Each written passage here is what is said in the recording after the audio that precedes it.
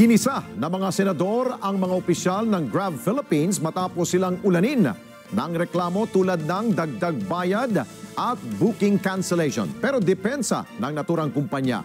Sinunod lamang nila umano ang regulasyon ng LTFRB sa issue ng surcharges habang may parusa naman silang itinatakda sa mga umaabuso nilang mga TNVS drivers. Kunin natin ang live report ni Mean Corvera. Mean?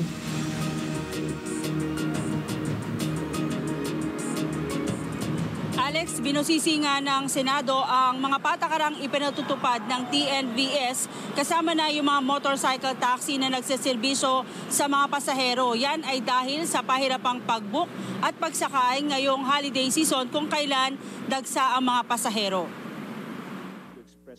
Kinastigo ng mga senador ang mga opisyal ng Grab Philippines dahil sa mga reklamo hinggil sa pagkansela sa kanilang mga booking at mataas na surcharge na ipinapataw sa mga pasahero. Sa pagdinig ng Senate Committee on Public Services, sinabi ng chairman na si Senator Raffy Tulfo na nakatanggap siya ng mga reklamo hinggil sa mahabang paghihintay ng mga pasahero pero kalaunan kakansilahin ang kanilang booking. Ang masakit nito ayon sa senador, pinapatawan ng multa ang mga pasahero. Tinanggap, pinag-antay.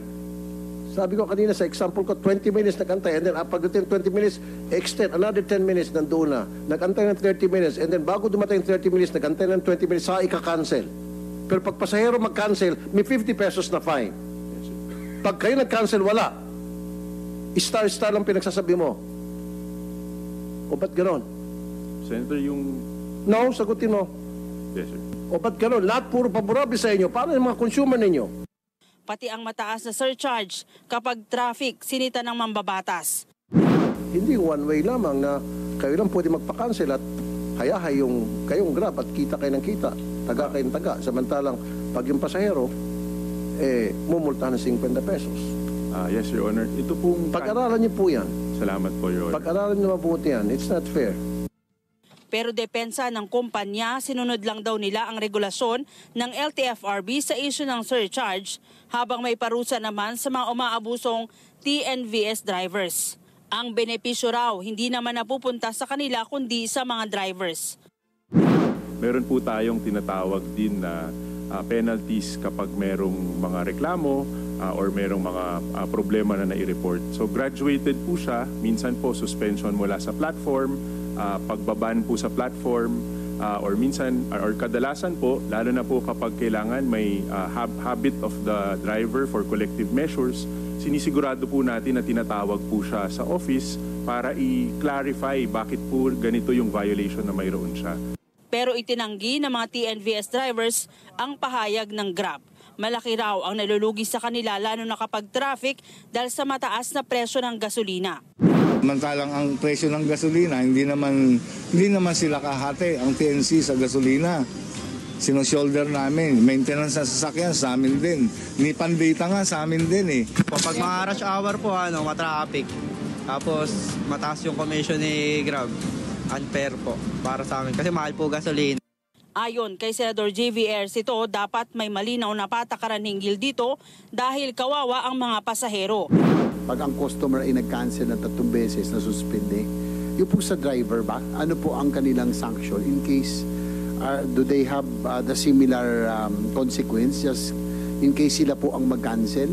Do you have a way of monitoring para naman ho maiwasan yung kanila pong ginagawa lalo ngayon? Sininta rin ni Tulfo ang umanay pag-iwas ng kumpanya na i-pick up ang mga PWDs, mga estudyante, senior citizens dahil na rin sa ipinatutupad na 20% discount.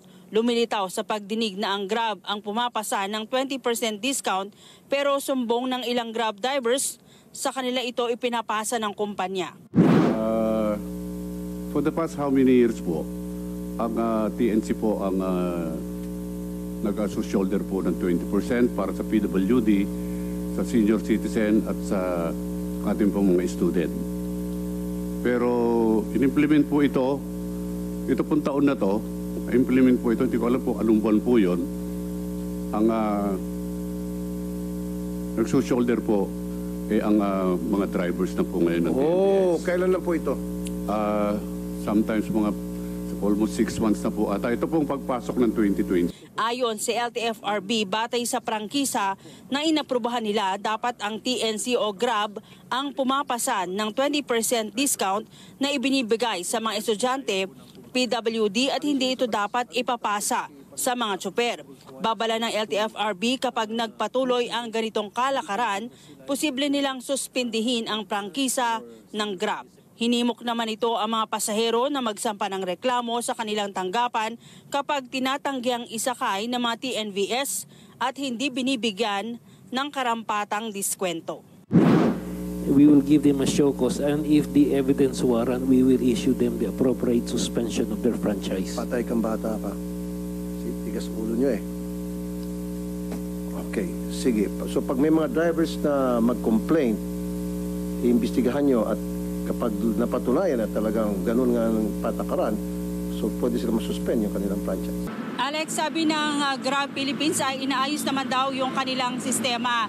Pero nanindigan sila na yung pagtaas ng singil sa pamasahe ay sa mga drivers din na pupunta dahil sa pagbibigay nila ng mga incentives para mapilitan silang bumiyahe kahit na rush hour. Yan daw ay ibinibigay nila sa mga tsuper lalo na kapag peak season tulad ngayong holiday season. Samantala, Alex, dito sa may bahagi ng EDSA Balintawak, dito sa aking likuran ay makita nyo na bahagyang mabagal yung daloy na masasakyan papunta dun sa northbound o dun sa Monumento at LEX area. Pero maluwag, mabilis yung daloy ng mga sasakyan sa southbound lane, yung mga sasakyang papunta ng Cubao at sa Makati area. Alex. Okay, Mean, correct me if I'm wrong, batay dito sa mga suki na sa mga ride-hailing app, apat ng kompetisyon, ha? Hindi lang Grab. Bakit nga ba inimbitahan lang ng Senado ay yung Grab Philippines? May ganun rin ba kahalintulad na reklamo doon sa ibang mga kumpanya? Alex, yung iba kasing ride-hailing app na wala na hindi na daw nag-ooperate dito sa ating bansa, pero yan ay iniimbestigahan pa ng Senado. Pero itong Grab kasi yung may pinakamaraming reklamo na natanggap, yung tanggapan ni Senador Raffy Tulfo. Ayun. Okay, sige. Maraming salamat sa iyo, Mean Corvera, mata natin dyan sa Senado.